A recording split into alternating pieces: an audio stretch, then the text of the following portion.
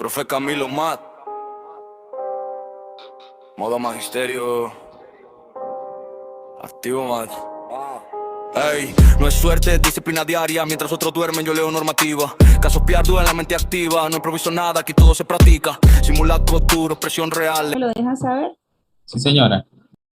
Bueno, entonces quiero hablarles un poquito de lo que es la prueba de lenguaje o de actitud verbal, o como la prueba saber lo llama ahora, y como la prueba del concurso docente lo llama también, es la prueba de lectura crítica, por así decirlo. La lectura crítica como tal, queridos maestros, es una habilidad que todos tenemos que desarrollar, ¿verdad? Lamentablemente nosotros como colombianos y desde cualquier rol que nosotros ejecutemos, pues no es un hábito para nosotros la lectura, ¿cierto? Entonces cada vez que nos dicen que tenemos que leer o que tenemos que introducirnos dentro de un texto, pues siempre está como esa presión, como esa fuerza, como, ay, qué pereza, o como que ojalá sea corto, ¿verdad? Para que nos rinda, ¿cierto? Porque no es nuestra cultura. Nosotros lamentablemente no somos un país lector, ¿cierto? Pero ya que no tenemos formado el hábito, pues vamos a tratar de identificar cuáles son los principales tips a tener en cuenta para poder que esa lectura nos fluya, ¿verdad? Entonces, por aquí me encontré una frase, ¿cierto? Que me pareció muy al lugar para el trabajo del día de hoy, que dice así: si usted puede leer bien un párrafo, puede leer bien un capítulo, porque un capítulo no es más que una colección de párrafos. Y si puede leer bien un capítulo, puede leer bien un libro, porque un libro no es más que un conjunto de capítulos, ¿verdad? Entonces, es como esa invitación, ¿no? De ir de lo más pequeño a lo más grande para poder cogerle como amor, cogerle como encanto a todo lo que tiene que ver con la parte de la lectura. En la prueba nosotros no solamente vamos a encontrar textos continuos, que quiere decir que son textos que van a tener una secuencia de lectura para poder ser comprendidos, sino que también vamos a tener textos discontinuos, tales como caricaturas, infografías, podemos encontrar también carteles, podemos también encontrar afiches, ¿cierto? Que nos permitan también encontrar un mensaje dentro de ellos. Y pues la reina de esta tipo de prueba siempre va a ser la señora Mafalda, ¿verdad? Que es, por así decirlo, uno de los íconos más representativos de lo que es el lenguaje, del lenguaje figurado y del lenguaje implícito y de la lectura crítica como tal, ¿verdad? Para tener en cuenta dentro de la prueba, ¿verdad? ¿Qué debemos tener en cuenta? Que pues esta prueba evalúa el desarrollo del pensamiento crítico en todos nosotros a través del ejercicio de la lectura crítica, ¿verdad? Y cuando nosotros hablamos del pensamiento crítico, hablamos de esa capacidad que tenemos para pensar, ¿cierto? Pero no esa capacidad de pensar que tenemos desde un punto de vista solamente plano, sino que es la capacidad mental que tenemos de relacionar todos los conocimientos que llegan para nosotros. Yo en algún momento les decía a los jóvenes o a otro grupo de maestros que tuve hace tiempo, que nosotros a veces no tenemos conciencia del eco que tienen los conocimientos en nuestra cabecita. Por ejemplo, nosotros tenemos un concepto aprobado y sistematizado en nuestra cabecita sobre una temática como por ejemplo la globalización. Cuando tenemos ese conocimiento ya asentado en nuestra cabeza y si queremos llevarlo al nivel de pensamiento crítico, podemos hacerlo de la siguiente manera: comenzar a tejer relaciones de ese solo concepto con todo lo que para nosotros puede ser significativo. Entonces podemos hablar de la globalización a nivel social, a nivel político, a nivel económico, a nivel Latinoamérica, cómo afectó en el pasado, cómo afecta en el presente, cómo va a afectar en el futuro. Cada vez que nosotros hacemos un ejercicio de interrelación de conceptos, estamos desarrollando pensamiento crítico y es un buen ejercicio para llegar a tener una buena lectura crítica, ¿verdad? Que es la capacidad que tiene el lector a partir de un análisis profundo de un texto para dar cuenta de las relaciones entre los discursos y las prácticas socioculturales, ¿listo? Entonces tenemos un texto, ¿cierto? Y ese texto tiene una razón de ser y de estar, tiene una intención comunicativa, tiene un propósito claro, y nosotros, al ser lectores críticos y al tener desarrollado un pensamiento crítico, vamos a ser capaces de identificar el por qué está allí, ¿verdad? ¿Cuáles pueden ser las posibles preguntas que alrededor de ese texto puedan salir para nosotros, ¿verdad? lo cual significa que el lector pueda reconstruir el sentido del texto en un marco del reconocimiento del contexto, ¿cierto?, en el que se produce y de las condiciones discursivas, ideológicas, textuales, sociales, culturales, lo que les hablaba en el momento anterior, ¿verdad? Pero entonces, ¿cómo hacemos? O sea, ¿qué podemos identificar dentro de la prueba de actitud verbal o de lectura crítica que vamos a tener como motivo de conocimiento, ¿cierto? Motivo de aprendizaje, ¿cierto? Voy a pasar esta diapositiva, ¿verdad? Esta es la parte donde se justifica tal vez el por qué debemos estudiar lectura crítica o aptitud verbal en la prueba, ¿cierto? Y me voy a ir a estas dos preguntas que son claves para nosotros que estamos en este proceso de formación para el entrenamiento de la prueba, que es qué debemos saber y sobre todo qué debemos aprender, ¿cierto? O para qué vamos a aprender o para qué estamos aquí reunidos, ¿verdad? Para responder la pregunta de qué debemos aprender, tenemos que darnos cuenta que esta prueba tiene 10 contenidos, ¿verdad?, a ser evaluados, que son los siguientes. Nosotros vamos a tener o tenemos que prepararnos sobre lo que son las competencias comunicativas, que todos nosotros como educadores sabemos de qué se trata, que son 4 habilidades a desarrollar, que son escuchar, hablar, leer y escribir, ¿cierto? La escucha y el habla son 2 habilidades implícitas dentro de las otras 2 competencias, que son leer y escribir, ¿verdad? Entonces vamos a tener una competencia lectora y una competencia escritora evaluadas en la prueba. Algo muy importante y que de pronto a veces pasamos por alto es que la prueba de comprensión lectora, de actitud verbal o de lectura crítica, como la vayamos a llamar, perdón que me pasé, ay, perdón, ya, tiene preguntas que están enfocadas a medir nuestra capacidad en 3 niveles de lectura, ¿verdad? Ahora pues hablaremos de qué se trata cada uno de estos niveles de lectura, pues para que ustedes de pronto profundicen el día de hoy. Y pues también vamos a hablar de algo muy importante que es la clasificación de los textos. Yo creo que durante el taller del día de hoy no alcanzaremos a trabajar los otros que están acá, pero llegaremos hasta clasificación de textos y nos irá muy bien en esa parte, ¿verdad? ¿Qué otra temática o qué otro contenido evalúa las funciones del lenguaje? El lenguaje figurado, figuras retóricas, que aunque nosotros lo creamos, están implícitas en los ejercicios de comprensión y análisis de lectura crítica que tiene la prueba para nosotros. Tenemos el manejo de las estructuras textuales, especialmente de 2 estructuras, las voy a señalar por aquí, la estructura de textos narrativa y la estructura de textos argumentativa, ¿verdad?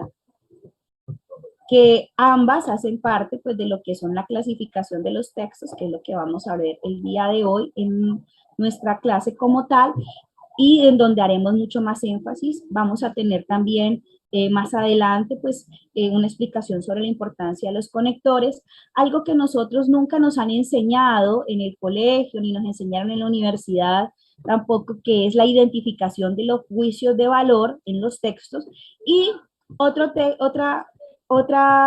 temática que es la de los supuestos implícito y subyacente. ¿Listo? Permítame un momento, por favor.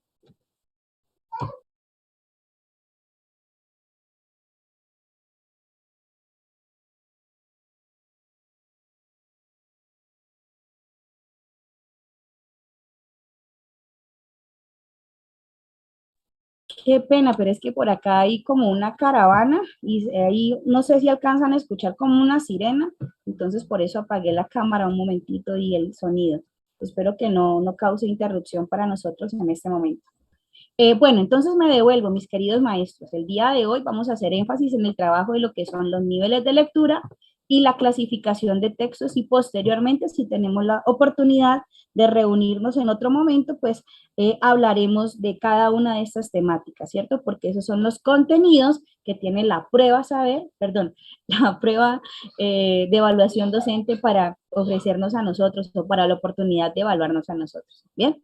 Entonces, esos son los contenidos, por así decirlo, que vamos a tener, vamos a considerar.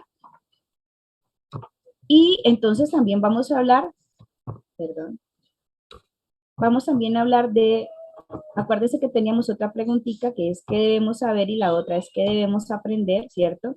Que es el desarrollo de estas habilidades, ¿cierto? Cuando nosotros logramos manejar esos contenidos, somos capaces de leer comprensivamente, somos capaces de conceptualizar sin ayuda del diccionario, a identificar con facilidad las tipologías textuales, a caracterizar los textos, a inferir, que es una super habilidad que nos desarrolla el pensamiento crítico, que en otras palabras sería el suponer. Seríamos capaces de analizar, de argumentar, de proponer hipótesis coherentes, de concluir, reflexionar y recomendar. Ojo con esto, maestros. La prueba que nosotros vamos a presentar, ¿cierto? Tiene un gran componente de evaluación del desarrollo de la competencia propositiva, porque nosotros como maestros estamos en la capacidad o debemos estar en la capacidad de recomendar, de concluir y de analizar situaciones problemáticas en donde esa competencia debe ser una de las más fuertes que podamos tener nosotros, ¿listo? Entonces, voy a comenzar a hablarles un poquito de lo que es los niveles de lectura para que lo manejemos. Hasta ahora hay preguntas, maestros.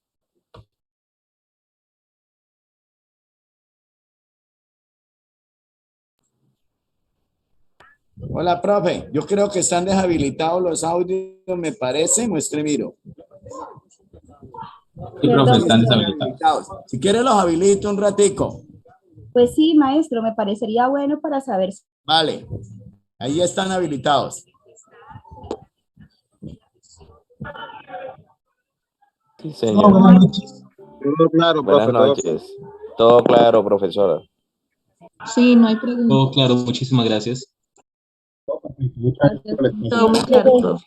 Bien, vale. Clarísimo, gracias. Todo muy claro.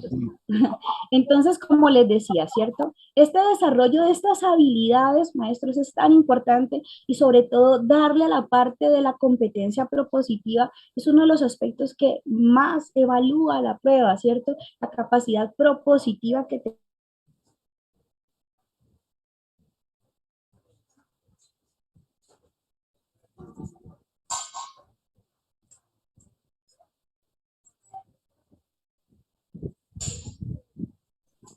Se le fue la voz a la profe, no se oye ella. ¿Ya me escuchan? Ya lo escuchamos. Ya me escuchan. Bueno, listo. Sí, profe, ya se escucha. Ok, muchas gracias, maestro. Les decía, ¿cierto? Que Profe, yo le una preguntita. Dígame, señora.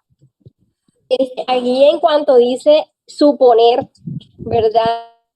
En la prueba muchas veces, a veces uno piensa, no sé esto, pero uno se tiene que como que pensar más bien lo que es el texto nos está diciendo. En cuanto a suponer, o sea, uno, en la prueba uno no puede suponer, sino responder dependiendo de lo que me está diciendo la lectura. Exactamente, maestra, sí. Pero ese suponer lo pongo allí como esa capacidad que tenemos nosotros de identificar, ¿verdad? La intención comunicativa o suponer cuál fue la intención comunicativa que tiene el autor con cada uno de los textos que nos presentan, ¿ya? Es el encontrar el implícito, es el encontrar ese mensaje que tiene oculto. O como lo decía yo de una manera muy coloquial con los jóvenes en un momento en que les he dado clase, encontrar ese venenito que tiene ese texto y que es la razón de ser de todo el ejercicio de comprensión. ¿Listo? Entonces, vamos a arrancar con los niveles de comprensión lectora. Se los voy a explicar pues, de una manera muy sencilla para que lo entendamos, mis profes. Porque nosotros a veces creemos que la prueba todo es igual, ¿cierto? Que es pareja, que todas las preguntas son iguales y no es así.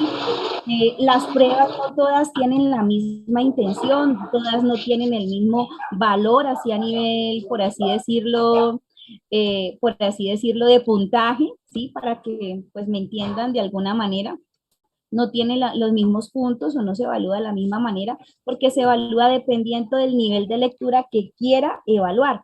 Nosotros vamos a tener 3 niveles de lectura, ya les voy a comenzar a compartir pantalla nuevamente, ¿sí? Me dicen si ya la están viendo. Mi pantalla otra vez. Sí, ¿verdad? profe. Bueno, entonces voy a hablarles y les voy a explicar esto de una manera muy sencilla para que ustedes logren entender, ¿cierto? Los niveles de comprensión, ¿cierto? en los que quiere ubicarnos la prueba, por así decirlo, son 3, ¿verdad? Y como son niveles, los voy a dibujar como si fuesen escalones, ¿verdad? Las preguntas de la prueba van a tener o van a estar enfocadas para saber si usted está en un nivel 1, en un nivel 2 y en un nivel 3, ¿verdad? Voy a explicarle de qué se trata cada nivel. El primer nivel de lectura, mis queridos maestros, es un nivel de lectura que si se supone que nosotros hemos pisado una escuela secundaria, que si nosotros tenemos lo básico para leer, estamos en él, ¿verdad? Este nivel se denomina nivel interpretativo literal, ¿verdad? Y como su nombre lo indica, ¿cierto?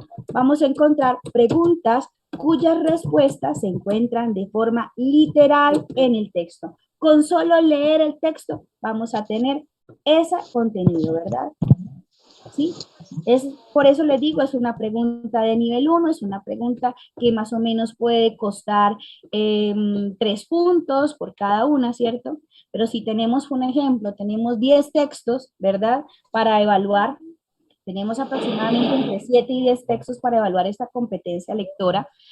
Digamos que de estos 10 textos nos pueden salir aproximadamente unas 15 o 16 preguntas, ¿cierto? Que correspondan a este nivel interpretativo literal. ¿Qué preguntas me pueden salir dentro de este nivel? O les voy a dar un ejemplo coloquial, ¿cierto? Me pueden hablar de cuáles son los personajes o cuáles son los sujetos que intervienen en dicha problemática o en qué lugar se desarrolla el evento que nos están describiendo en el texto. ¿Dónde vamos a ver esa respuesta? De forma literal, el texto nos va a dar la respuesta como tal, ¿verdad? ¿Sí? Es la típica pregunta de comprensión lectora que ponemos en lengua castellana cuando decimos ¿en qué lugar se desarrolla el cuento de Caperucita? Y ustedes dicen el bosque, ¿cierto? Obviamente, pues no vamos a tener un texto como el de Caperucita para interpretar, sino que vamos a tener un texto que gire pues dentro del entorno de educación o dentro del entorno de lo que son las políticas educativas o dentro de lo que son problemáticas que tengan que ver con lo social, lo cultural o lo político, ¿verdad? Pero esas preguntas van a estar encasilladas a que haciendo una buena lectura, ¿sí? Del texto, encontremos como para subrayar la respuesta del mismo, ¿verdad? Esas son las preguntas del nivel interpretativo literal. Estas preguntas no las podemos perder. Estos punticos que nos aportan no los podemos perder porque solamente haciendo una buena lectura lo podemos encontrar, ¿verdad? Pero todas las preguntas no están ubicadas en este nivel. Vamos a tener también preguntas de un nivel 2, ¿cierto? Este nivel 2 es realmente mi favorito. Yo pienso que cuando nosotros conquistamos el nivel 2 de lectura, ¿cierto? Podemos decir que somos unos verdaderos pensadores críticos, que en nuestro cerebro de verdad se están realizando muchas interconexiones neuronales y que de verdad estamos yendo por el camino de avance en el desarrollo de nuestro pensamiento. Este nivel es el que todos nosotros conocemos con el nombre de nivel inferencial de lectura, ¿cierto? Pero ¿qué es inferir, mis maestros? Inferir es encontrar, ¿cierto?, cuál es la verdadera intención comunicativa que tiene un autor a la hora de poner un texto, ¿verdad? El nivel inferencial es un nivel que te permite suponer en contra del implícito, nos permite analizar, nos permite reflexionar, nos permite recomendar, ¿cierto? Poder encontrar ese tipo de habilidades dentro del lenguaje. Ojo, ¿cuáles pueden ser preguntas de este nivel? Porque el enfoque de nuestro entrenamiento es volvernos tan perspicaces a la hora de la identificación de las preguntas que nosotros ya sepamos hacia dónde va, ¿cierto? Hacia dónde va y saber hacia qué parte del texto podemos ir con más asertividad. Una pregunta de este nivel inferencial es algo como lo siguiente. Esta pregunta pienso que nos ha acompañado durante toda nuestra vida como maestros o como estudiantes, ¿verdad? En alguna ocasión ustedes han escuchado o han puesto la siguiente pregunta a los estudiantes. Del texto anterior se puede afirmar que. Esa es la pregunta más inferencial de todas las preguntas, ¿cierto? Cuando te están pidiendo que traigas una afirmación de un texto es porque eres capaz no solamente de entender la parte interpretativa, sino que eres también capaz de extraer el pensamiento central, intención comunicativa o como lo llamo yo de forma coloquial, el venenito que tiene el texto, ¿sí? Otra pregunta que puede ser de este nivel puede ser la siguiente. Teniendo en cuenta el texto anterior, podemos concluir que, ¿cierto? El poder extraer una conclusión de un texto nos ubica inmediatamente en una inferencia. A menos de que el texto nos diga finalmente o para concluir, ¿cierto? Que en muy pocas ocasiones esto aparece. ¿Listo? En este tipo de preguntas que les acabo de decir, pues juega mucho nuestra fuerza como interpretadores del texto y el darnos cuenta de que todos los textos no son planos, ¿verdad? Que son como una figura tridimensional, que uno penetra en una primera capa que es lo literal y sigue a una segunda capa que es la inferencia o es la figura en el fondo que debemos descubrir, ¿verdad? Como vamos a enfrentarnos a textos que tienen que ver con el entorno educativo, entonces nos pueden decir o nos puede salir una pregunta que sea algo como lo siguiente. Del texto anterior se puede reflexionar que o una acción correcta frente a la problemática anterior desarrollada es, entonces ahí siempre está la parte de la inferencia, que es donde nos atrevemos a suponer, reitero la afirmación, a suponer cuál puede ser la respuesta más asertiva para ello. ¿Listo? Ese es el nivel inferencial. ¿Cómo se logra el nivel inferencial? ¿Cierto? ¿Cómo lo logramos? Pues comenzando a realizar este tipo de actividades en donde nos exijamos encontrar qué es lo que el autor tiene para compartirnos para nosotros. Y no necesitamos irnos a grandes textos, a textos de educación y pedagogía muy pesados. Podemos comenzar con cuentos, podemos comenzar con pequeños ensayos, ¿cierto? Con editoriales inclusive de periódico para poder encontrar de una forma en donde nos podamos permitir el entrenarnos, poder ir cogiendo, ¿cierto? La fuerza y el hábito para poder desarrollar la competencia. Y tenemos un tercer nivel de lectura que por el hecho de estar en el peldaño más alto no significa que sea el más complicado, sino que para poder llegar a preguntas de este nivel tenemos que primero haber hecho una interpretación, tenemos que haber hecho una inferencia para poder llegar a este tercer nivel de lectura, mis queridos maestros, que se denomina el nivel crítico intertextual. ¿Listo? Por acá ya lo estoy escribiendo. Y miren que como su nombre lo indica, ¿cierto? La intertextualidad es una experiencia de lectura que siempre nos va a permitir a nosotros realizar un ejercicio de comparación, ¿cierto? Entonces el nivel crítico intertextual o una pregunta que sea en este nivel siempre nos va a permitir que hagamos una comparación. Y esa comparación dentro de las preguntas de pruebas estandarizadas puede realizarse de tres formas diferentes, ¿sí? La primera es cuando nos piden que hagamos una comparación entre los elementos mismos del texto. Es decir, me puede salir una pregunta como la siguiente. ¿Qué relación existe entre el párrafo 1 y el párrafo 5? Entonces me pueden decir, se complementan, el uno explica el otro contradice el otro, en varias opciones, ¿cierto? Entonces, ¿ahí qué me están diciendo? Me están diciendo que la relación de comparación la voy a hacer entre los mismos elementos del texto. O me pueden decir, ¿qué relación existe entre el título, el contenido del texto y la referencia bibliográfica que aparece en él? Entonces ahí hay tres elementos de comparación que voy a tener que tener en cuenta para encontrar la respuesta asertiva. Bien, de esa manera puede aparecerme preguntas de nivel crítico intertextual.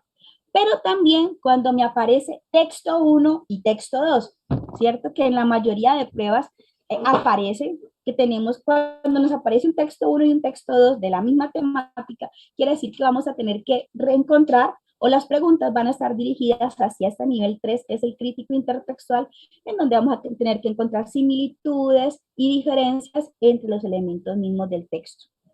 La otra forma en cómo nos puede aparecer este nivel crítico intertextual es que nos presentan el contenido del texto que estamos analizando y una situación problemática similar que se encuentra socialmente conocida por todos nosotros, ¿listo? Entonces nos piden que desde la postura del texto que estemos trabajando, ¿cierto? Que estemos analizando, ¿cómo podemos compararlo o encontrar las diferentes relaciones de comparación con la situación problemática o con la situación que nos están describiendo, que para todos debe ser conocida por el entorno que nosotros manejemos? Esta situación, ¿cierto? Que nos van a pedir que contrastemos o que comparemos con el texto que estamos leyendo e interpretando, siempre es de tipo social, ¿cierto? No, casi nunca es de una temática que nosotros no conozcamos o que no manejemos, ¿cierto? Puede ser algo así como el texto puede hablarnos del uso de los celulares, ¿cierto? Por así decirlo, y el saber que en determinados países el uso de celular solamente está entre los 16 y los 18 años, ¿cierto? Entonces nos pueden pedir que contrastemos la situación expresada en el texto con la situación que nos están describiendo aquí a nivel social, conocida por todos nosotros. ¿Bien? Entonces, pues tenemos estos 3 niveles de lectura, vamos a tener preguntas en cada uno de estos niveles y pues la puntuación, ¿cierto? Va desde 1 punto hasta 10 puntos para poder pues desarrollar pues desarrollar la prueba. ¿Listo? ¿Tenemos preguntas con respecto a estos niveles, maestros? ¿Conocíamos de pronto la dinámica en cómo se organizaban esas preguntas? ¿Enfocada a cada nivel? Bueno, no sé si... Dígame. Señora, sí, señora. Sí, señora, sí lo conocíamos. Gracias.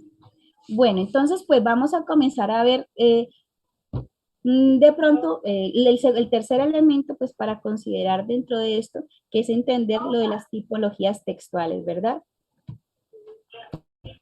Pienso y pues aquí está desde el ICFES qué significa cada una de estos niveles, que se los expliqué de una manera muy coloquial, ¿cierto? Porque de pronto, pues, hay algunos que lo sepan, hay otros que de pronto lo han olvidado, no lo tienen de pronto muy presente porque no pertenecen, pues, al contexto de la educación, pues, me pareció acertado de pronto compartírselo de esta manera, ¿cierto? Con los 3 niveles que para el ICFES y todos los estudiantes que vayan a presentar esta prueba, pues, se da de esa manera. ¿Listo?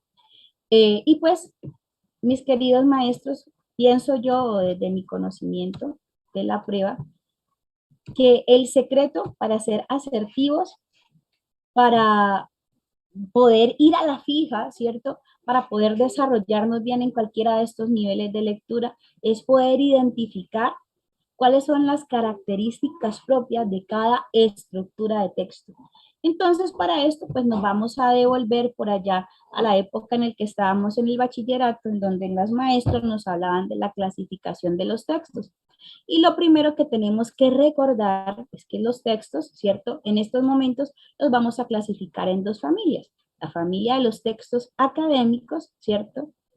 En donde vamos a ubicar todos los textos informativos, todos los textos expositivos y todos los textos argumentativos, y vamos a también a clasificarlo en otra segunda familia, ¿cierto?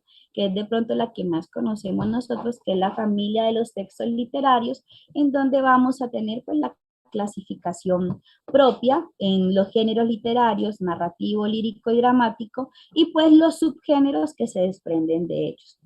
Pero, ¿qué de esto me va a salir en la prueba que voy a presentar, cierto? Porque no todo esto, a menos de que usted de pronto tenga un énfasis en lengua castellana, le van a salir preguntas propias, ¿cierto?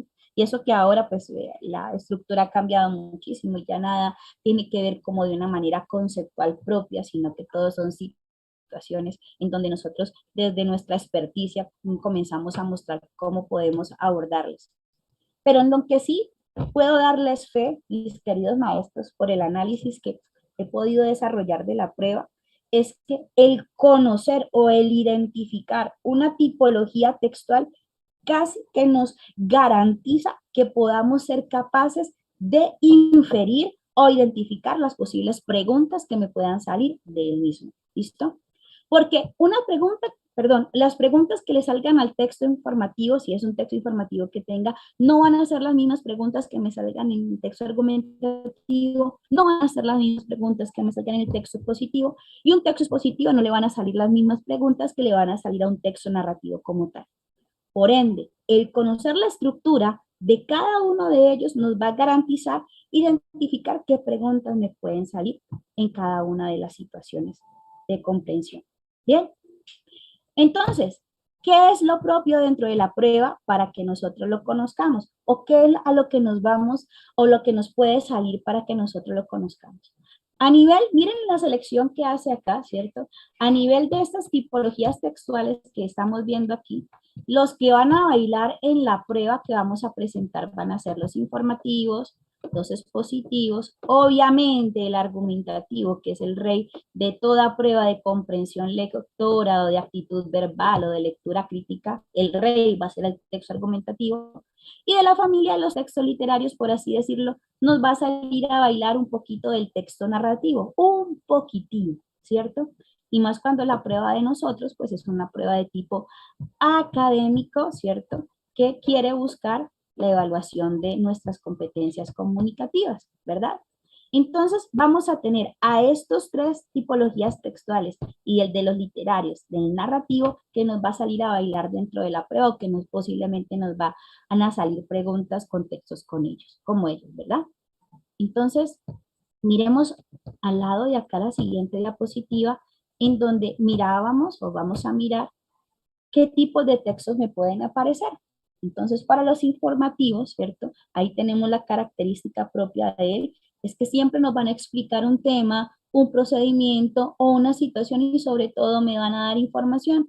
Entonces voy a encontrar noticias, notas de enciclopedia, artículos periodísticos, afiches, circulares y cartas. Ojo maestros con esto, que quiero subrayarles aquí, que quiero que tengan en cuenta es que dentro de los textos informativos, por esta clasificación que tenemos aquí, vamos a encontrar todos los que son o todos los textos discontinuos, ¿verdad? O lo que para el ICFES en este momento se determina como texto discontinuo, ¿verdad?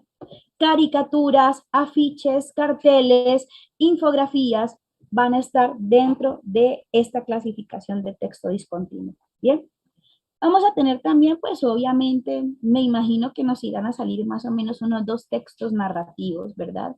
En donde nos van a relatar, a contar o presentar hechos que pueden ser reales o imaginarios, depende del tipo de texto que vamos a manejar, ¿verdad? Pueden ser cuentos, novelas, mitos, leyendas, fábulas, parábolas, historietas, relatos, ¿verdad?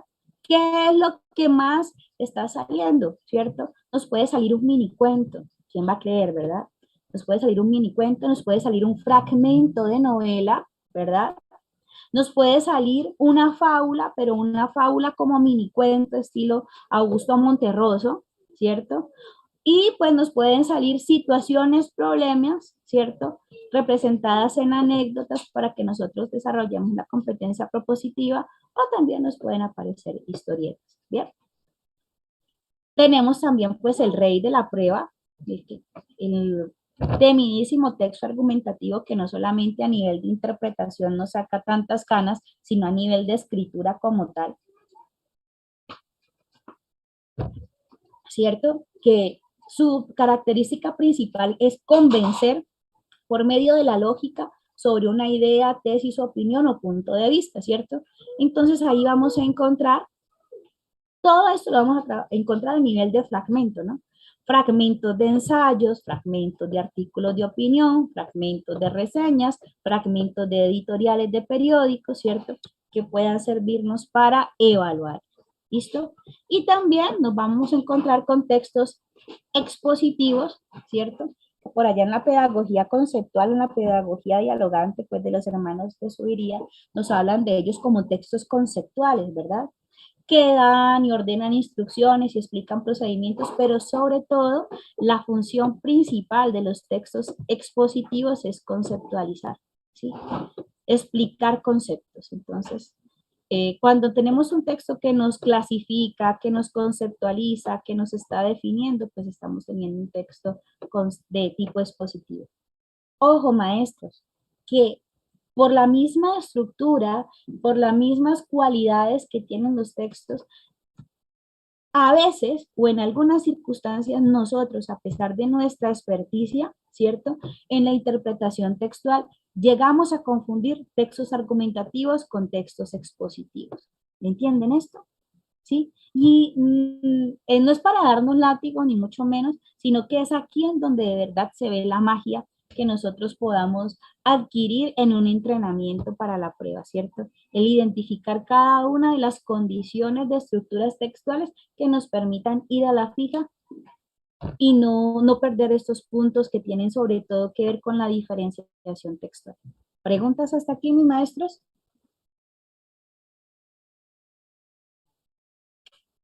Nada. Bueno, entonces, sigamos entonces. No sé si hablamos un poquito de la estructura argumentativa y comenzamos a hacer ejercitación. A ver cómo nos va con textos argumentativos y expositivos. ¿Les parece? Para que nos midamos un poquito a ver cómo nos va con esto. Bueno, permítame, yo miro una cosita por acá. Voy a salir de esto. Dejar de compartir esta presentación. Ok.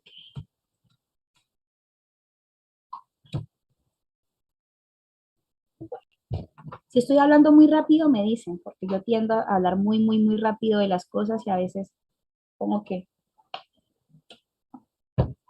enredo. Bueno. Vamos a dar un recorderis entonces de cuáles son las... gracias. De cuáles son las características. Vamos a irnos por la cabeza, ¿no? Vamos al texto argumentativo como tal, ¿verdad? ¿Sí? Y vamos a mirarnos cómo nos va frente a esto del texto argumentativo, qué es eso que tiene y cómo nos aparece en la prueba y bueno, cómo vamos a comenzar a darle candela a él, ¿verdad? Cómo vamos a comenzar a darle candela a ese texto argumentativo. Ay, maestros, mira la hora que es, yo llevo casi una hora hablándoles ya, pura carreta, Dios santo, por Dios, el tiempo se va impresionantemente rápido. Bueno, permítanme un momento. Voy a utilizar la presentación para darles, yo a veces tengo las diapositivas listas y prefiero hacer mis mamarrachos, pero bueno, voy a enfocarme en la que aquí ya tengo una lista y sobre esa la manejo.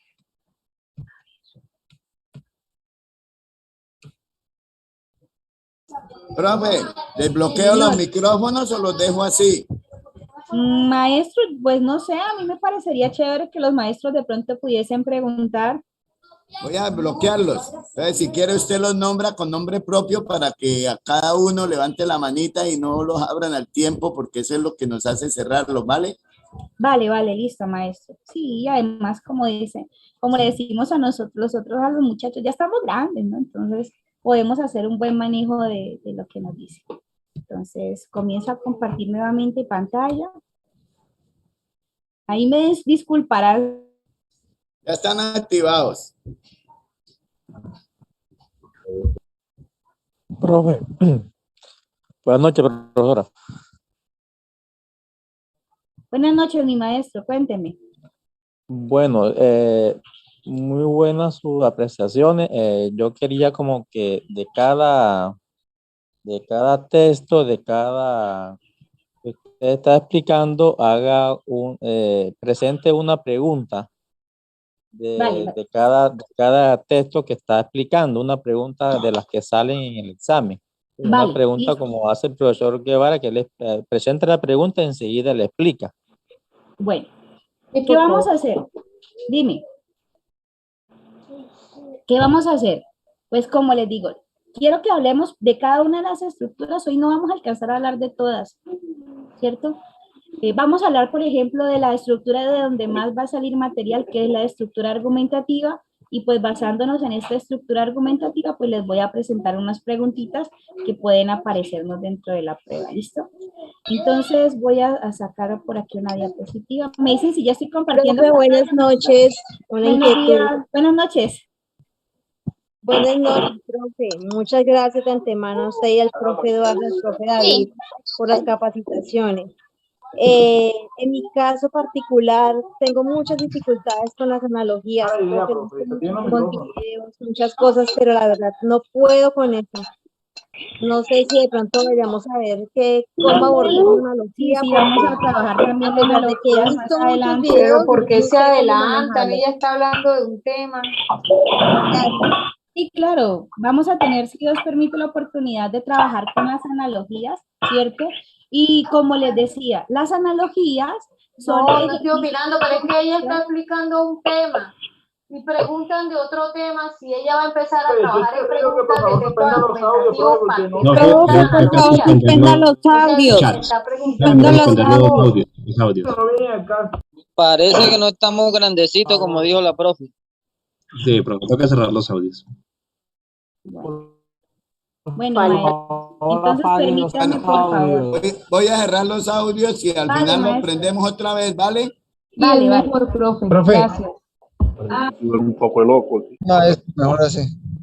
Bueno, maestros, entonces les decía, pues vamos a tener la oportunidad, como les digo, en una sola sesión de 2 horas, pues para mí es muy difícil lograr explicarles pues todos los elementos que tiene, ¿cierto?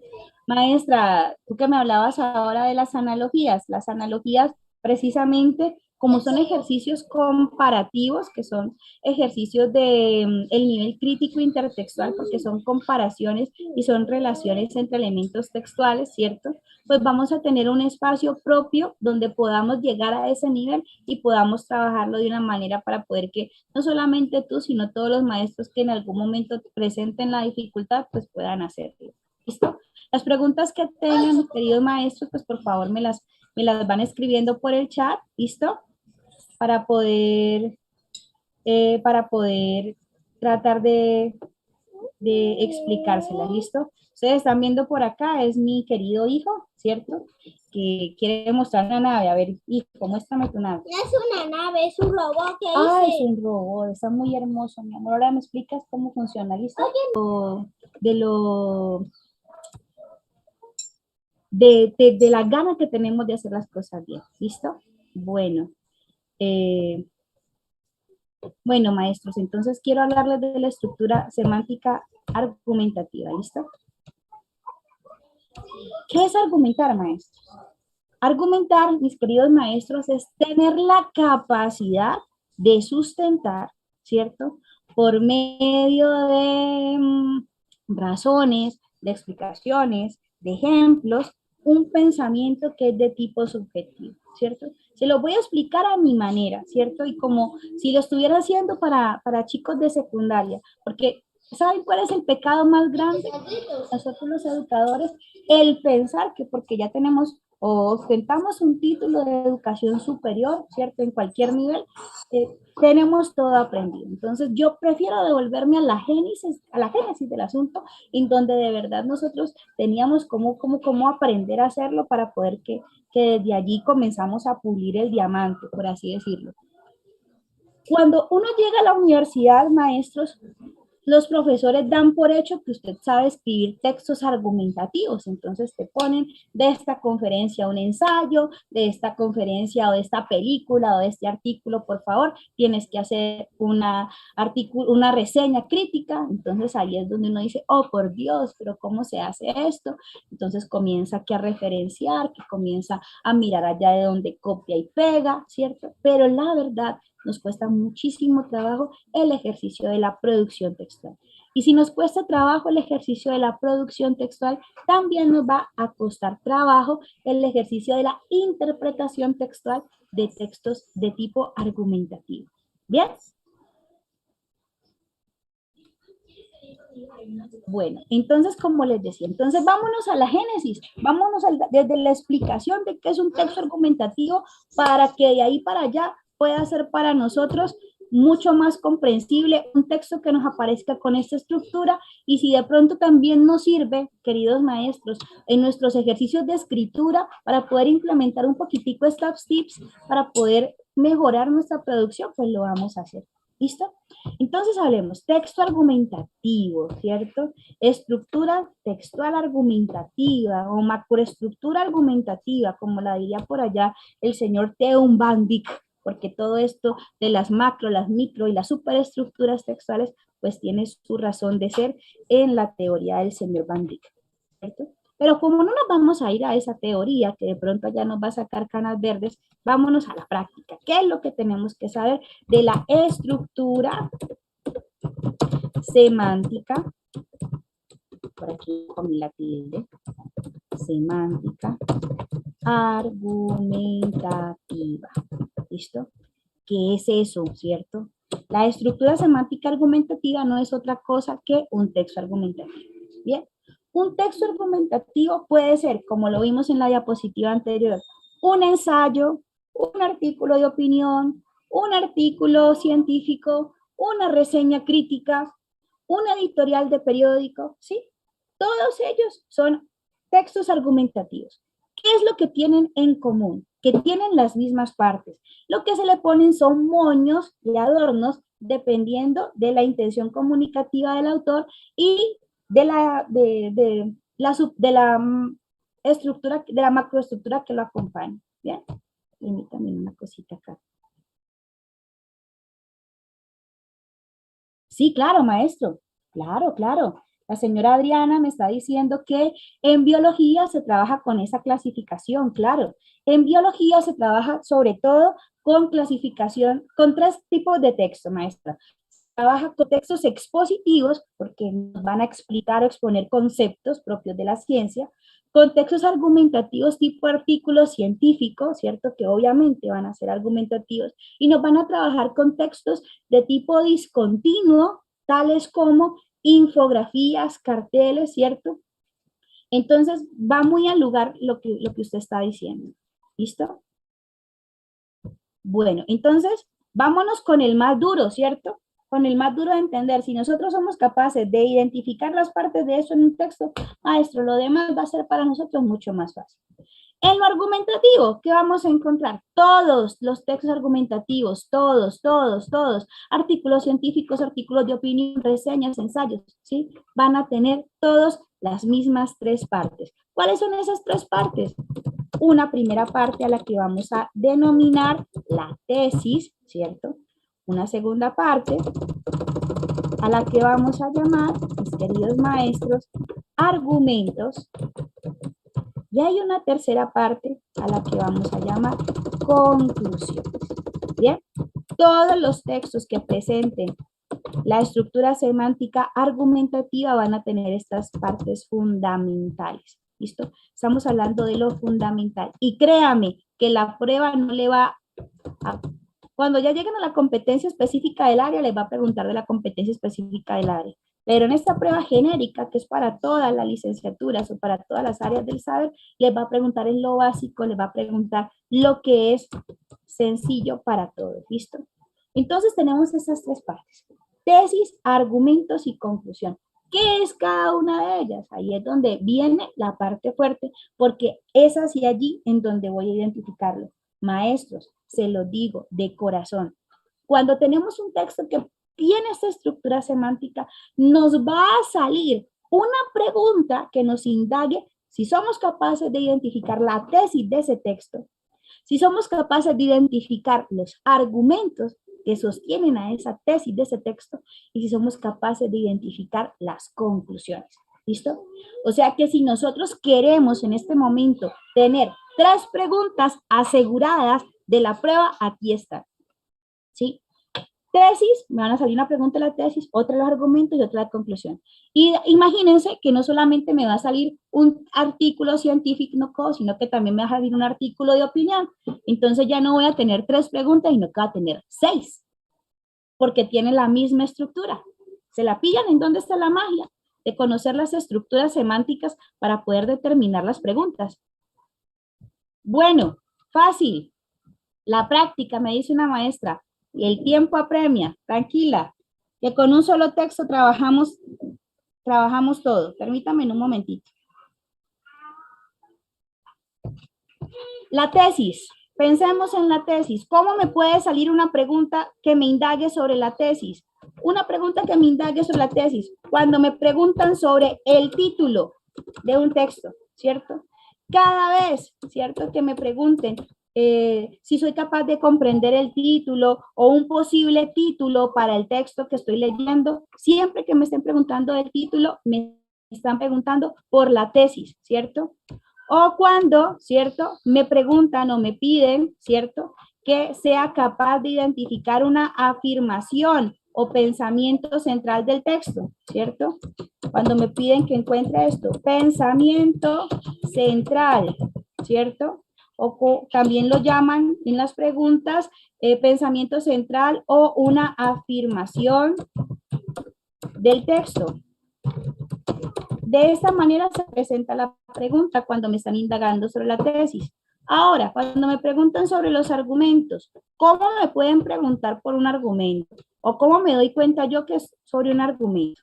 Cuando me están preguntando por un argumento, siempre me van a decir que soy capaz de encontrar una razón a favor, ¿sí? O también me pueden preguntar por una razón a favor, me pueden preguntar también por una explicación coherente.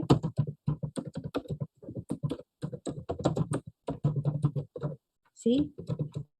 O me pueden preguntar por una causa, una posible causa de la situación anterior es, ¿cierto? Expresa en el texto es, ¿cierto? ¿Sí? De esta manera me pueden estar preguntando o simplemente cuando me preguntan el porqué de una... Porque siempre que yo respondo el porqué estoy argumentando sobre algo. ¿Cómo me pueden aparecer las conclusiones? Aquí está.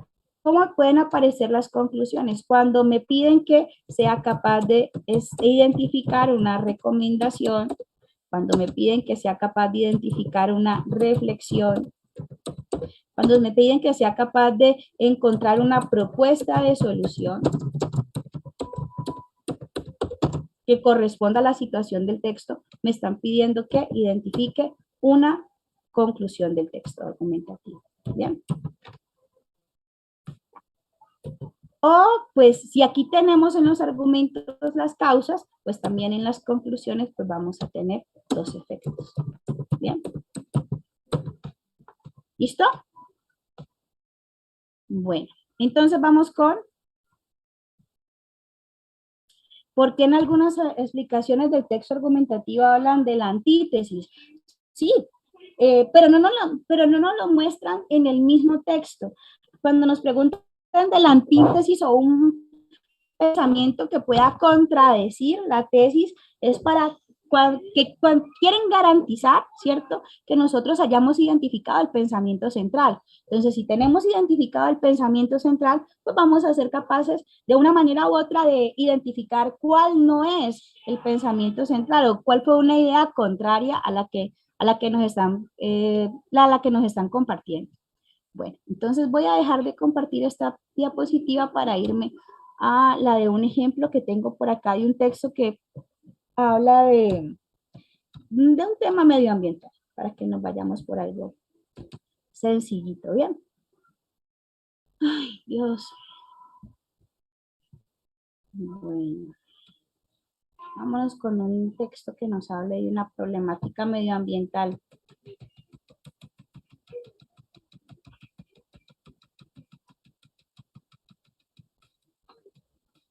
Con dos preguntas.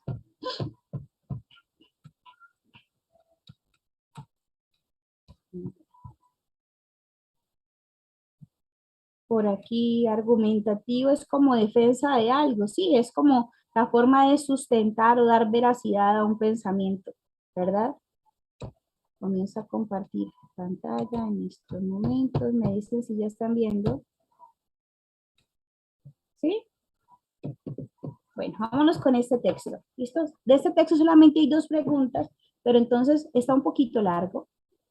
Y tenemos que primero que todo acostumbrarnos a que nos van a salir dos preguntas y textos súper largos para solamente dos preguntas.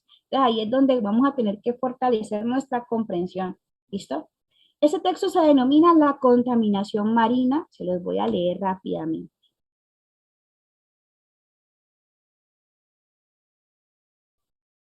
Dale, listo, yo no la borré. Listo, ya te la pongo. Dice, la contaminación marina, escuchen por favor, dice, debido a la inmensidad y profundidad de los océanos, hasta hace poco se creía que podrían ser utilizados para verter sustancias, basura y químicos en cantidades ilimitadas, sin que eso tuviera consecuencias importantes. Los partidarios de continuar con los vertidos en los océanos incluso tienen un eslogan, abro comillas, la solución a la contaminación es la dilución. En la actualidad, basta con fijarse en la zona muerta del tamaño del estado de New Jersey que se forma cada verano en el delta del río Mississippi o en la extracción de 1.600 kilómetros de plástico en descomposición en el Pacífico Norte para darse cuenta de que esta ideología de la dilución ha contribuido a llevar al borde del colapso lo que tiempo atrás fue un ecosistema oceánico próspero. Existen pruebas de que los océanos han sufrido a manos del hombre durante miles de años. Sin embargo, estudios recientes demuestran que la degradación, especialmente en las zonas costeras, se ha acelerado notablemente en los últimos 3 siglos, a medida que ha aumentado los vertidos industriales y la escorrentia procedente de explotaciones agrarias y ciudades costeras.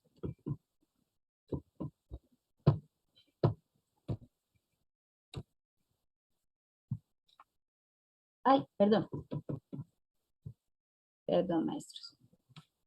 Continúo con la lectura. Algunos de los contaminantes más comunes derivados de la actividad humana son los plaguicidas, ¿cierto? Fertilizantes químicos, detergentes, hidrocarburos, aguas residuales, plásticos y otros sólidos. Muchos de estos contaminantes se acumulan en las profundidades del océano, donde son ingeridos por pequeños organismos marinos, a través de los cuales se introducen en la cadena alimentaria global. Los fertilizantes ricos en nitrógeno que utilizan los productores agrícolas en zonas de interior, por ejemplo, acaban en las corrientes, ríos y aguas subterráneas locales y más tarde se depositan en los estuarios, bahías y deltas. Este exceso de nutrientes puede provocar un crecimiento masivo de algas que consumen el oxígeno del agua, lo cual genera zonas en las que no puede haber vida marina o apenas existe. Los científicos han descubierto 400 zonas muertas con esas características por todo el planeta. Los humanos comienzan a percatarse de la insostenibilidad de la filosofía de la dilución. Muchas leyes nacionales y protocolos internacionales prohíben en la actualidad el vertido de sustancias nocivas en los océanos.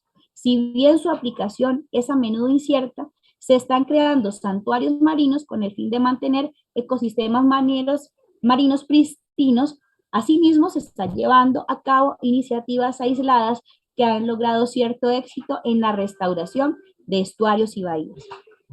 ¿En dónde me doy cuenta de que el texto es de tipo argumentativo? Miren que hay una referencia bibliográfica por acá, ¿cierto? Que me dicen que es tomado y adaptado de National Geographic.es/medio ambiente/contaminación marina, no sé qué, ¿verdad? O sea que ese es un artículo científico. Y si es un artículo científico, pues obviamente es un texto argumentativo. Si es un texto argumentativo, tiene tesis, tiene argumentos y tiene conclusiones. Bien, vamos a mirar las 2 preguntas que me aparecen de este texto y ustedes me dicen a qué de esas 3 elementos de la estructura textual puede estar obedeciendo en su interpretación la pregunta. Bien, permítame por favor.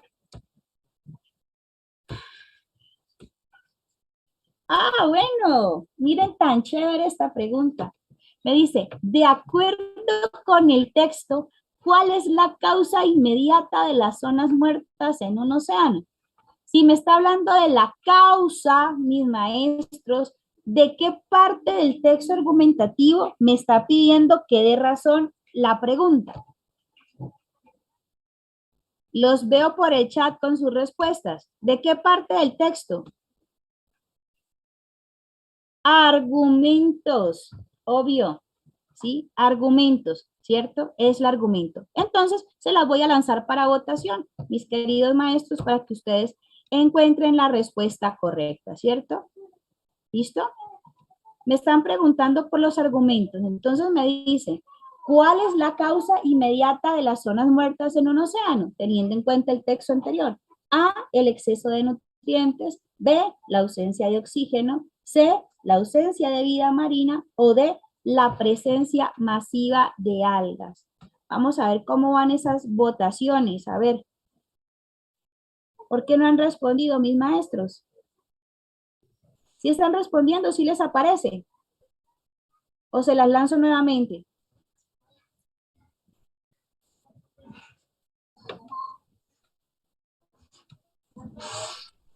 Yo creo que lanzarla nuevamente, profe, porque no están respondiendo. Bueno, no están respondiendo. La voy a lanzar nuevamente.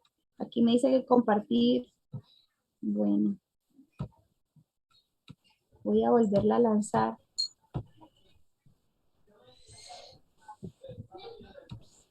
Bueno. Ay, caray. Listo, ahora sí. Ahora sí, sí. Ya despego. Me están preguntando por el argumento. Profe, esto sería bueno volver a poner el texto en la parte pertinente porque aquí algunos están escribiendo el mensaje. Exacto, creo que los voy a poner.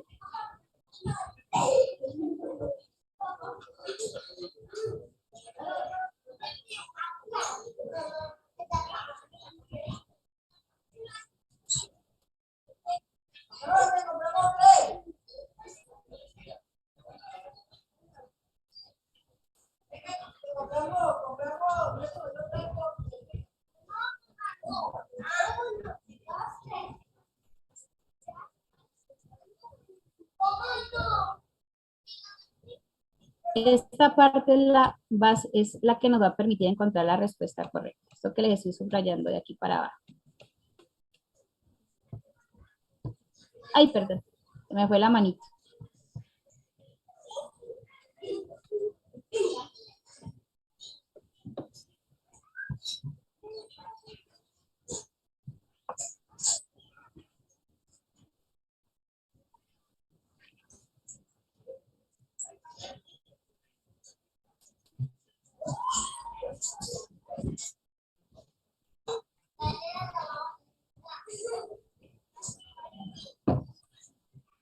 Bueno, vamos a ver cómo va esa votación.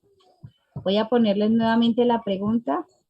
Dice, este exceso de nutrientes puede provocar un crecimiento masivo de algas que consumen el oxígeno del agua, lo cual genera zonas en las que no puede haber vida marina o apenas existe. Los científicos han descubierto 400 zonas muertas con estas características en todo el planeta, ¿verdad? Entonces, nuevamente les pongo la pregunta para que ustedes puedan votar. De acuerdo con el texto, ¿cuál es la causa inmediata de las zonas muertas en un océano? El exceso de nutrientes, la ausencia de oxígeno, la ausencia de la vida marina o la presencia masiva. Causa de las zonas muertas.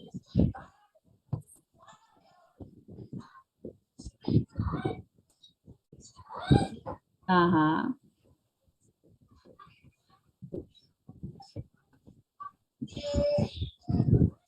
Votaciones. Vamos a ver si alcanzamos los 400 votantes. Con 400 votantes socializamos la respuesta. No, bueno. Vamos a ver si llegamos al 100%. 2 minutitos más.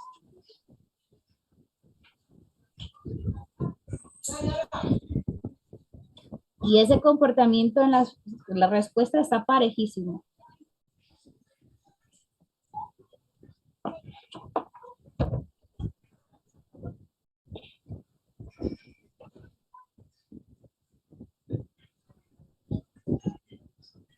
Bueno, 5, 4, 3, 2, 1.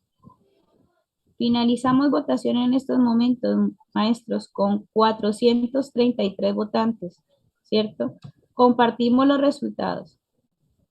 ¿Los están viendo? De esta pregunta es la opción C. Es la opción C. ¿Qué me dice? ¿Cuántos puntos vale esta pregunta? También lo importante que es darnos cuenta. Ay, perdón. Dejé de compartir. Parece.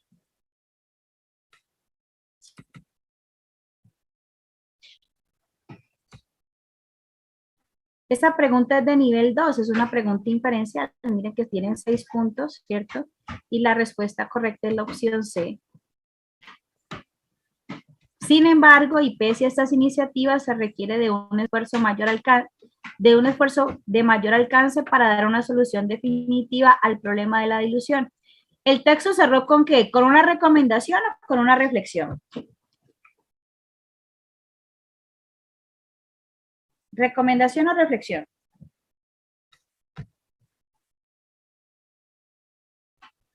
Con una recomendación. Pero viene dando. Él viene dando reflexión y me pide que al final encuentre una posible recomendación a eso. Bien. Bien, maestros, muy bien.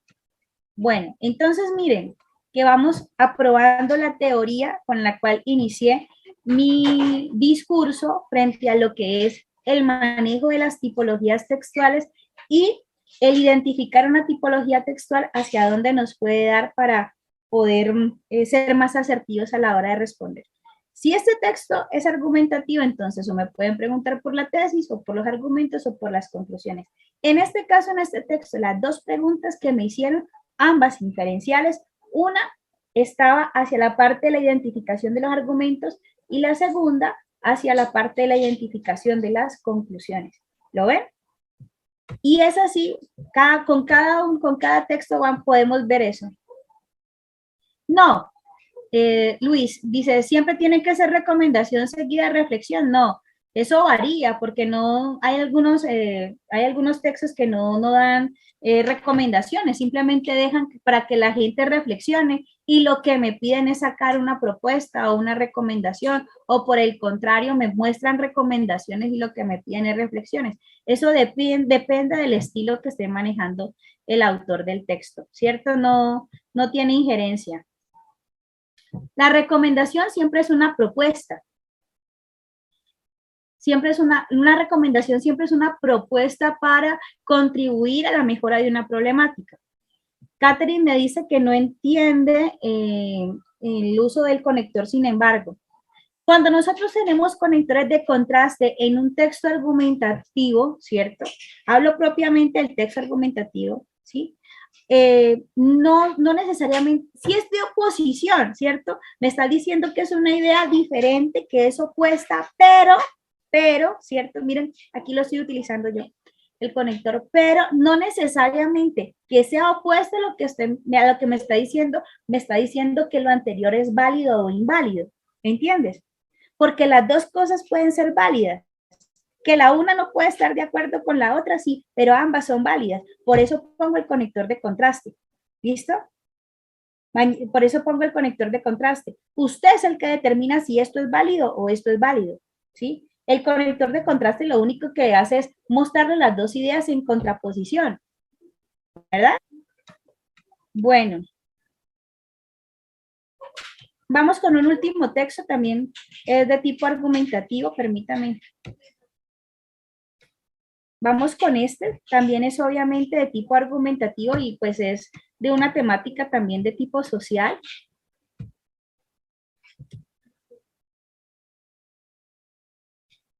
Sí, pues puede ser lo que tú mencionas allí.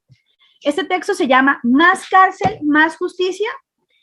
Fíjense pues, dice, la Asociación Nacional de Instituciones Financieras, ANIF, en el editorial de su revista Carta Financiera de septiembre de 2013 plantea tácitamente, píllenlo aquí de una vez, plantea tácitamente, ¿qué es lo que nos está diciendo allí? Que está en la inferencia, ¿cierto?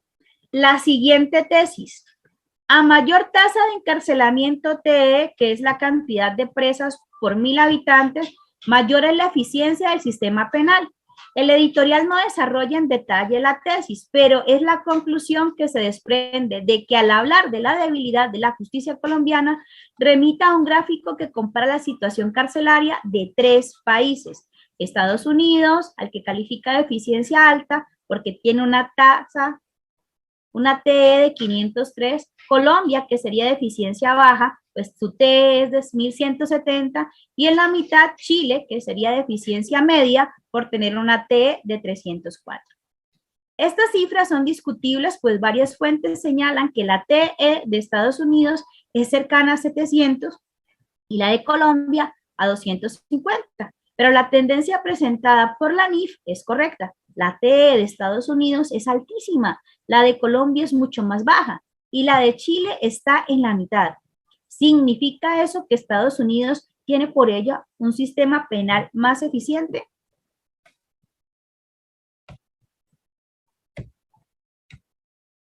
La duda surge porque casi todos los analistas aceptan hoy que la TE en Estados Unidos no es eficiente, sino excesiva y además discriminatoria, pues recae desproporcionadamente sobre afros y latinos.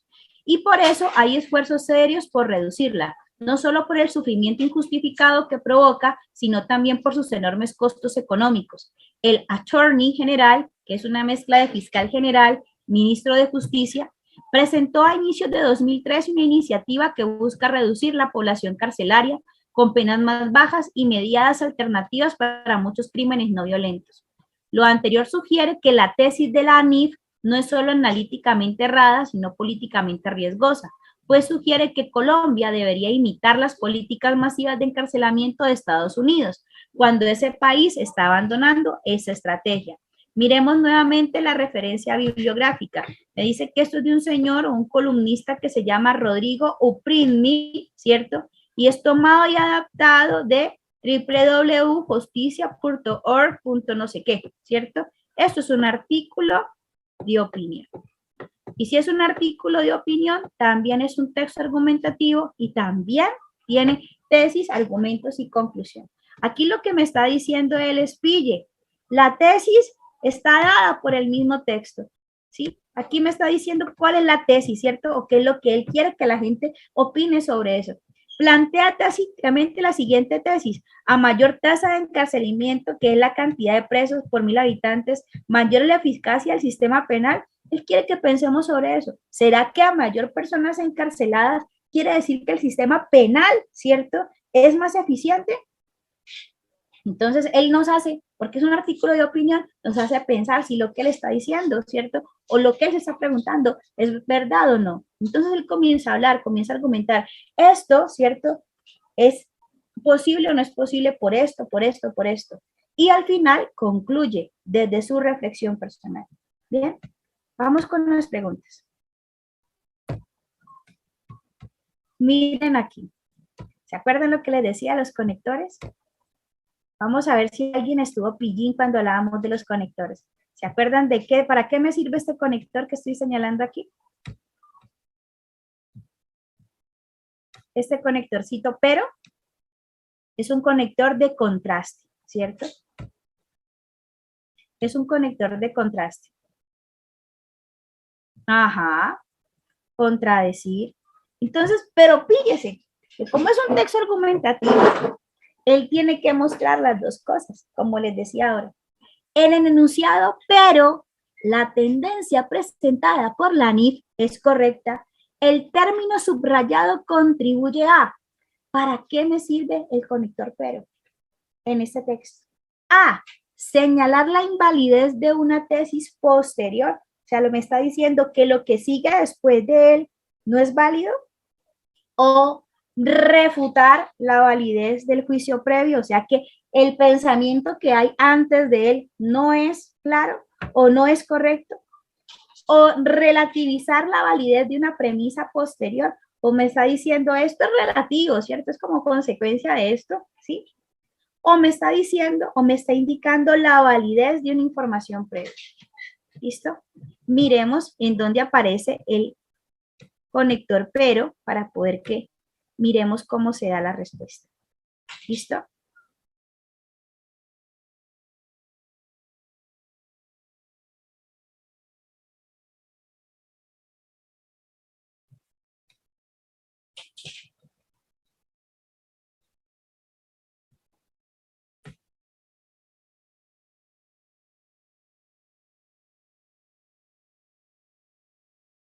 ¿Lo pillaron?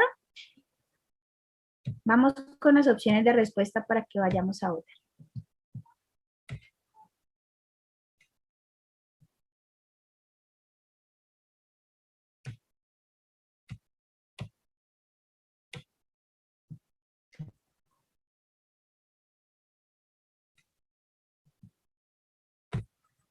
Por favor, vamos a votar en estos momentos. Acuérdense lo que les dije sobre el conector. Vamos a ver qué tan atentos estuvieron a mi explicación. El que me puso cuidado se la pilla de una.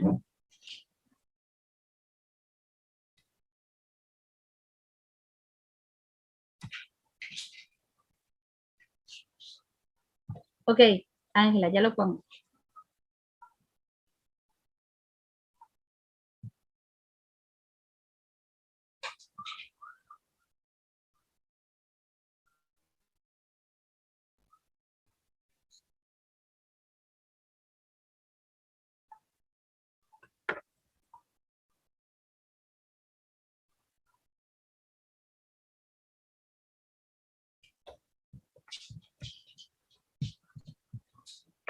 Viene el conector aquí.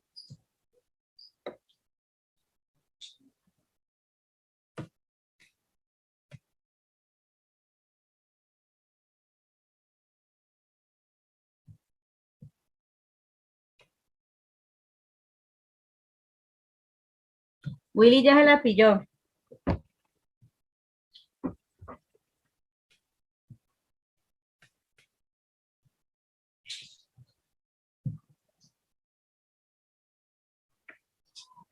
Ojo que este es un pensamiento 1, ¿no?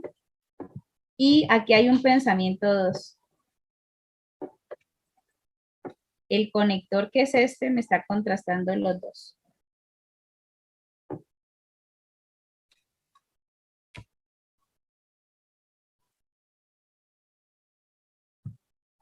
Voy a mostrarle las respuestas, las opciones nuevamente de respuesta.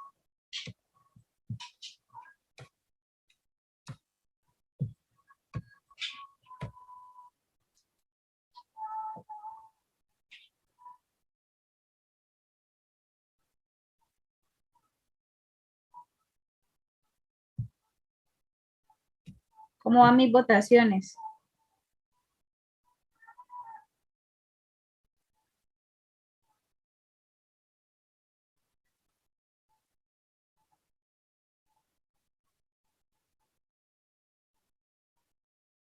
Estoy preocupada por algo, muchachos, de esa respuesta que están dando.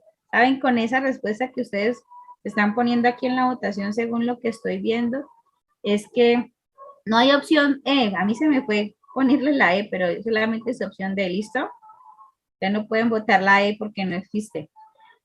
Maestros, es que aprendimos en el colegio un poquito de forma errónea el uso de conectores.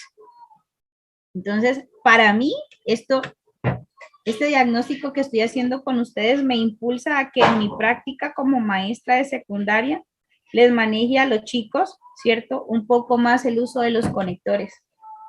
Porque nosotros los adultos no identificamos cuál es la función de ellos de forma correcta.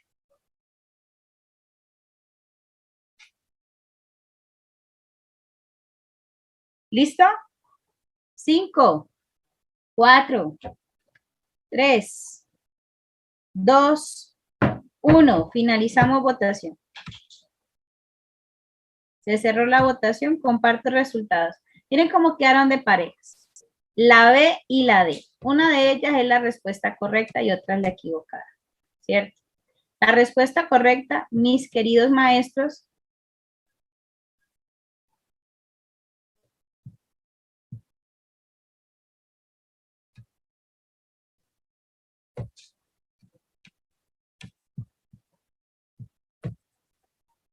miren la respuesta correcta y cuánto vale. Es la opción D. Y dice, indicar la validez de una información previa. ¡Ojo! El que lo está validando es el mismo texto, ¿cierto? Porque lo que está diciendo es que la ANIF te está presentando estos resultados, ¿cierto? Pero la tendencia presentada por ANIF, la ANIF es correcta. O sea, estas cifras son discutibles. ¿Cuáles? Estas cifras de acá arriba, ¿cierto? Son discutibles, estas cifras son discutibles, esto que me están hablando acá arriba son discutibles, pero la ANIF tiene algo que es real y que es correcto, y es que Estados Unidos está por encima, Chile está en la mitad y Colombia está por debajo. Eso sí es correcto, ¿me entienden? A pesar de que la tesis que esté defendiendo acá arriba me esté diciendo que no porque haya más personas encarceladas, la justicia es más eficaz. ¿Me entienden eso? Él está diciendo, no porque esto sea así, ¿cierto? ¿Sí? Quiere decir que haya más justicia. ¿Bien? Pero las cifras de esas estadísticas, de esos datos que me están diciendo son verdaderas. ¿Sí se la pilló? Estas cifras son discutibles, pues varias fuentes señalan que la T de Estados Unidos es cercana a 700 y la de Colombia a 250, pero la tendencia presentada por la NIF es correcta. Está diciendo, lo que me dice anteriormente, ¿cierto? No estoy de acuerdo, pero es cierto. Es algo como eso. ¿Listo? Entonces, nos podemos llegar a la siguiente conclusión con respecto a los conectores de contraste. ¿Listo? Para cerrar la discusión. Los conectores de contraste tienen como gran función en un texto decir o mostrar dos opciones de pensamiento, ¿sí? Improviso nada, aquí todo se practica. Simulacro duro, presión real. Esto no es teoría a nivel profesional. Cada error más cerca al resultado final, porque el que insiste termina titular. Estoy en modo magisterio, no me voy a rendir. Cada clase del profe me acerca a subir. No es cuestión de suerte, es cuestión de insistir. El nombramiento está más cerca de lo que creí. Y de cada duda yo ya voy 2 temas adelante. Estrategia claramente constante. No estudio por moda, estudio para ganar, porque sé que esta prueba me puede cambiar. No fácil, pero vale cada hora invertida, sacrificio.